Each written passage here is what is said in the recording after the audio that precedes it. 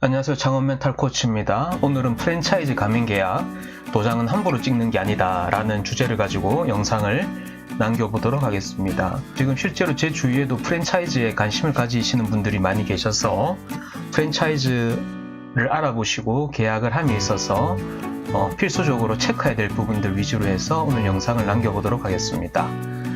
그래서 프랜차이즈 생존을 위한 확인사항 10가지를 주제를 가지고 오늘 영상을 남기겠습니다. 본론에 들어가기에 앞서 여러분들과 공유하고 싶은 내용은 소비자의 성향과 트렌드는 생각보다 더 빠르게 변한다 라는 부분을 말씀드리고 싶고요. 가령 10년 전 폭발적인 인기를 끌었던 프랜차이즈 브랜드들 가운데 현재까지도 사랑받고 있는 브랜드가 과연 얼마나 될까요? 대부분의 브랜드들은 지금 사라졌거나 남아있더라도 과거의 명성을 이어가지 못하고 있는 게 사실입니다. 그래서 프랜차이즈 창업을 함에 있어서 꼼꼼하고 냉정하게 확인하는 것은 필수라고 생각을 하고 있고요. 오늘 제가 전하고 싶은 목차입니다. 첫 번째, 프랜차이즈 창업 순서에 대한 부분, 두 번째, 가맹 본부에 대한 정보를 어떻게 확인할지, 그리고 세 번째, 브랜드 선택을 제대로 하려면 어떻게 해야 될까, 그리고 숨겨진 비용은 없는지에 대한 부분, 그리고 정보 공개서가 굉장히 중요한 부분인데 어디서 어떻게 확인을 해야 되는지, 어떤 부분은 중점적으로 봐야 되는지, 그런 부분들에 대한 정보를 드리도록 하겠습니다. 그리고 정보 공개서에서 가맹본부는 무엇을 감추고 싶을까 라는 내용을 같이 해서 제가 말씀드리고자 하고요. 그리고 여섯 번째는 가맹계약서 및 표준 가맹계약서에 대한 부분, 일곱 번째, 예산 수익, 신뢰 가능한가에 대한 부분에 대해서 말씀을 드리고자 하고요. 그리고 계약 시 왼쪽에 있는 이 부분을 저는 이제 1부로 말씀을 드리고, 오른쪽에 있는 부분을 제가 2부로 말씀드리겠습니다. 오늘은 제가 1부로서 1번부터 5번까지 관련된 내용을 여러분들한테 전달해 드리고자 합니다. 을 위한 10가지에 대한 부분은 이런 목차로 제가 말씀을 드리고자 대부분 이제 프랜차이즈 창업 순서를 보게 되면 이제 업종 테마를 결정하게 되고, 창업 자금을 확인하게 되고, 그리고 이제 브랜드를 비교 검토하게 될 것이죠. 그리고 정보 공개서 및 가맹 계약서를 확인하게 될 거고요. 그리고 가맹 계약 체결 및 가맹금 예치에 대한 부분으로 해서 이렇게 프랜차이즈 창업 순서가 되어 있다라고 보시면 될 것 같습니다. 오늘 1부에서는 정보 공개서에 대한 부분이 조금 하이라이트를 해서 제가 말씀을 드릴 건데, 정보 공개서에 대한 부분은 프랜차이즈를 검토함에 있어서 가장 중요한 부분이라고 제가 말씀을 드리고 싶고요. 자, 그러면 가맹 본부에 대한 정보를 어떻게 확인할지에 대한 부분에 대해서 한번 알아보도록 하겠습니다. 공정거래위원회 가맹사업거래 홈페이지에 대한 부분에서 가맹 본부에 대한 정보를 제공하고 있습니다. 정보 공개서 부분에서 가맹사업자 조회를 보시게 되면 현재 우측에 보시는 이 사이트에서 확인이 가능하시고요. franchise.ftc.go.kr 이 사이트에서 확인이 가능하십니다. 제가 말씀드렸던 사이트인데, 가맹사업 정보 시스템에서 보게 되면 가맹사업 속에 정보 공개서에서 정보 공개 열람 부분을 누르게 되면 가맹점 본부에 대한 디테일한 정보를 확인이 가능하십니다. 그래서 이 사이트를 필히 확인을 하시고 즐겨찾기를 해놓으시기를 바라고요. 프랜차이즈 가맹점 창업 시 해당 브랜드를 상세하게 살펴보고 창업을 결정할 수 있도록 해당 브랜드에 관한 전반적인 사항을 수록한 문서를 가맹사업거래 홈페이지에 보면 정보를 제공하고 있습니다. 거기에서 어떤 정보를 제공하냐면 일반 현황, 재무 현황, 임직원 수, 가맹점 및 지검장 현황 등에 대한 다양한 정보를 제공하고 있습니다. 예시입니다. 제가 상호명과 영업 표지에 대한 부분은 제가 일부러 보완 처리를 했는데, 이런 식으로 지금 정보를 제공하고 있습니다. 하나의 업체를 제가 가맹본부를 예시로 지금 정보를 제시하는 건데, 치킨 업종을 제가 제시를 하고 있습니다. 가맹본부 일반 현황에서 상호명이라든지 기본적인 정보가 뜨고요. 그리고 가맹본부의 재무 상황도 뜹니다. 자산은 얼마인지, 부채, 자본, 매출액, 영업이익, 당기순이익에서 최근 상계년도, 연도별로 해서 이렇게 뜨고 있습니다. 그리고 가맹사업 임직원수에서 해당 연도의 임직원수와 직원수 158명, 아주 큰 조직이죠. 가맹점 본부에 대한 부분은 제가 일부러 보완 처리했기 때문에 지금 표시는 되지는 않고 있습니다. 그리고 가맹점 및 지검점 현황에서 전체적으로 2016년도에 한 1300개 정도 됐는데 2017년도에 1400개 정도 되어 있네요. 직영점 수가 나오고 나머지는 다 가맹점 수로 이렇게 되어 있습니다. 2015년도에 1199개에서 2016년도 1395개, 2017년도 1457개로 이렇게 증가하고 있다라고 보시면 될 것 같고요. 가맹점 변동 현황에 대한 부분도 각 연도별로 계약 해지된 건수, 신규 개점수에서 이렇게 지금 포함이 되어 있습니다. 연도별로 신규 개점수는 줄어들고 있고 계약 해지는 늘어나고 있습니다. 이 부분 보시면 느껴지는 게 있으시죠? 계약 해지는 늘어나고 있고 신규 개점수는 줄어들고 있습니다. 명의 변경은 늘어나고 있고요. 뒷부분에 관련된 정보가 추가적으로 제공이 됩니다. 그리고 가맹점 사업자의 평균 매출액 및 면적당 매출액에서 각 지역별로 전체로 해서 가맹점 수와 평균 매출액 그리고 평당 평균 매출액에서 이렇게 뜨고 있고 서울 같은 경우에 단위가 1,000원이기 때문에 평균 매출액이 한 3억 6천 정도 연 매출을 달성한 것으로 확인이 됩니다. 그리고 광고비 판촉 내역에 대한 부분도 뜨고요. 광고비에 대한 부분, 판촉비에 대한 부분. 2017년도에 광고비를 엄청 많이 썼네요. 지금 1,000원인데 거의 한 77억 정도 광고비를 썼고 판촉비도 37억 정도 사용한 77억에 37억이면 거의 한 100억 정도 사용한 것으로 보면 될 것 같습니다. 아주 많이 썼죠. 그리고 이제 가맹금 사업자의 부담금은 형태는 예치제로에서 예치 가맹금이 1,700만원 정도 된다라고 나와 있고요.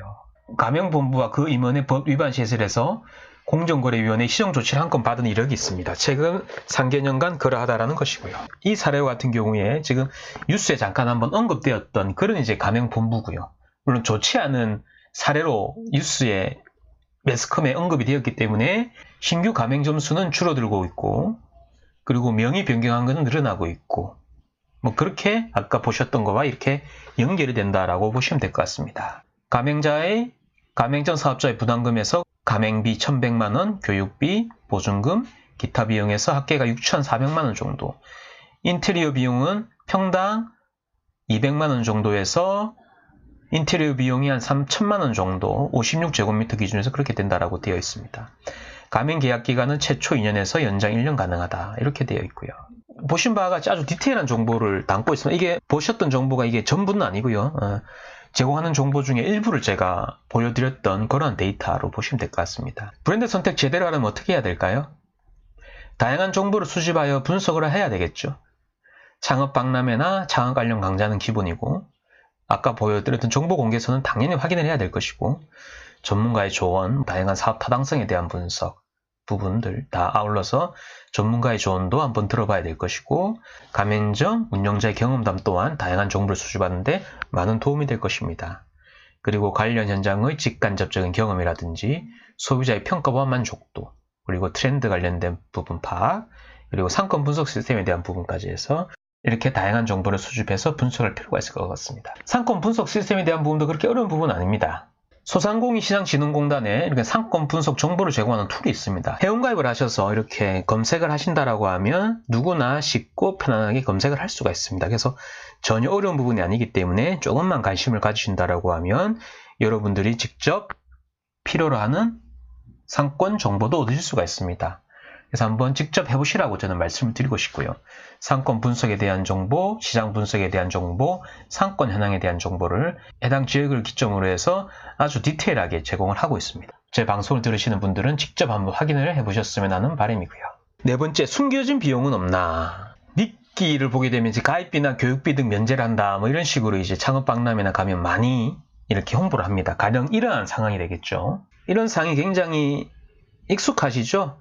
뭐 교육비, 가맹비를 면제를 한다 또는 소자본 창업으로 뭐 월 1,000만 원을 벌 수 있다 등등등 아주 고객을 현혹하는 그러한 이제 다양한 문구로서 마케팅을 하고 홍보를 하는데 현실은 약간 다를 수가 있습니다. 현실은 이제 가입비나 교육비 등은 면제를 하겠지만 다른 가맹비 예를 들자면 초도 물품과 인테리어 비용 또는 원부재료의 공급을 통해서 본사에 마진을 과다하게 취한다라든지 그래서 가입비나 교육비 등 면제를 한다라고 하면 이렇게 눈에 보이지 않는 일장일단이 있습니다. 그래서 그런 부분들도 관심을 가지고 지켜보셔야 될 것 같고요. 그래서 가입비나 교육비 등 면제는 어떻게 보면 미끼죠, 미끼. 미끼라고 보시면 될 것 같습니다. 브랜드를 제대로 알아보지 않고 선택하는 것은 창업자 자신의 책임이기 때문에 프랜차이즈 창업 브랜드를 결정하기 전에 제가 말씀드렸던 다양한 부분들을 검토를 하시고 검증을 하시고 분석을 하셔서 올바른 의사결정을 할 필요가 있을 것 같습니다. 그래서 브랜드를 선택하기 전에 충분한 검토를 거쳐야 함은 당연한 거겠죠.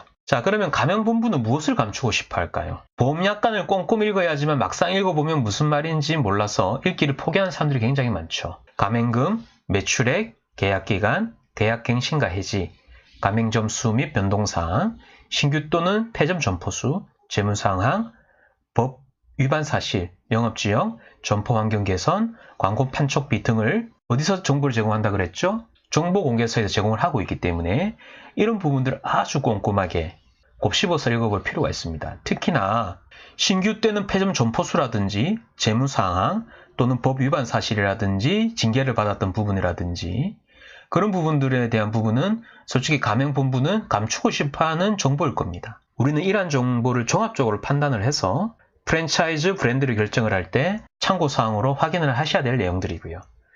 특히나 신규 또는 폐점 점포수라든지 재무사항, 법 위반 사실 등은 필수적으로 확인을 하셔야 되는 부분입니다. 정보공개서에 다 제공이 되고 있습니다. 아까 제가 샘플로 보여드렸지 않습니까?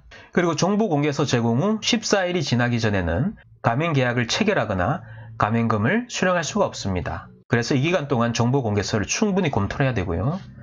제가 여기 체크한 이 사이트에 들어가게 되면 제가 말씀드린 사이트가 이 사이트인데요. 여기 아까 말씀드린 그 사이트에서 가맹사업거래로 검색을 하시게 되면 가맹사업거래의 공정화에 관한 법률 시행령 해서 이런 이제 법령이 뜹니다. 저는 법령 중에 해당 10조만 제가 스크랩해서 가져온 화면입니다. 한번 이 법령은 출력을 하셔서 여러분의 생존과 관련된 부분이기 때문에 출력을 하셔서 시간 날 때마다 꼼꼼하게 읽어보셔야 됩니다. 2번, 3번 읽어보셔서는 안 되고요. 5번, 6번 아주 꼼꼼하게 읽어보시고 내용을 곱씹어 보셔야 됩니다.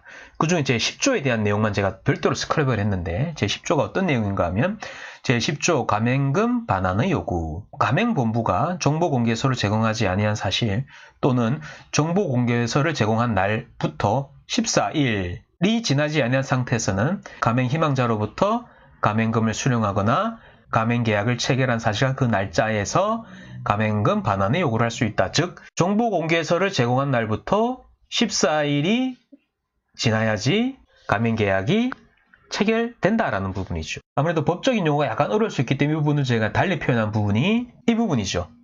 정보공개서 제공 후 14일이 지나기 전에는 가맹계약을 체결하거나 가맹본부는 가맹금 수령을 할 수가 없다. 필히 인지를 하고 계셔야 되는 내용이고 관련된 법령 정보 사이트에서 아까 말씀드렸던 그 법령에 대해서 출력을 하셔서 늘 가지고 다니시면서 시간 날 때마다 꼼꼼히 읽어보시는 습관과 태도가 아주 중요하다라고 말씀을 드리고 싶습니다. 지금까지 말씀드렸던 부분은 제가 일부로서 1번부터 5번까지에 대한 부분을 제가 말씀을 드렸고요. 다음 2부에서는 6번부터 10번까지에 대한 내용을 제가 말씀을 드리겠습니다. 2부에 대한 부분을 예고를 하면 가맹계약서 및 표준 가맹계약서에 대한 부분에 대해서 말씀을 드릴 것이고 예상 수익 신뢰 가능한지 그리고 계약 시 유의사항 예상 수익과 실제 수익이 차이가 발생됐을 때 어떻게 해야 될지 그리고 권리금과 임대차 계약에 대한 부분에 대해서 2부에서 관련 내용을 다루도록 하겠습니다. 제가 자료는 다 만들어 놨습니다. 그런데 아무래도 영상이 길어지게 되면 보시는 분들이 약간 불편하실 수가 있기 때문에 좀 영상을 좀 짧게 끊어가기 위해서 6번부터 10번까지는 제가 제 2부에 관련 내용을 여러분들에게 전달해 드리고자 합니다. 제 주위에 프랜차이즈에 관심을 가지시는 분들이 많이 계시고 실제 프랜차이즈 하고 계시는 제 지인들도 많이 계십니다. 이 영상을 프랜차이즈를 하시는 분이 들으시는지 아니면 관심을 가지시는 분이 들으신지 잘 모르겠습니다만 오늘의 제 영상은 프랜차이즈에 대해서 관심을 가지시고 준비 중이신 분들에게 도움을 드리고자 제가 영상을 남겨보았습니다. 문제 해결에 도움이 되셨는지 모르겠습니다. 저는 앞으로도 문제 해결에 도움이 되는 영상을 꾸준히 남기도록 하겠습니다. 구독과 알람 설정을 눌러주시면 업데이트되는 내용을 편하게 즐길 수가 있기 때문에 구독과 알람 설정도 부탁을 드리고요. 지금까지 제 영상을 시청해주셔서 감사하고요. 앞으로도 문제 해결에 도움이 되는 유익한 내용으로 여러분들을 찾아뵙도록 하겠습니다. 오늘의 영상은 이것으로 마치고 저는 제 2부에서 다시 찾아뵙도록 하겠습니다. 감사합니다.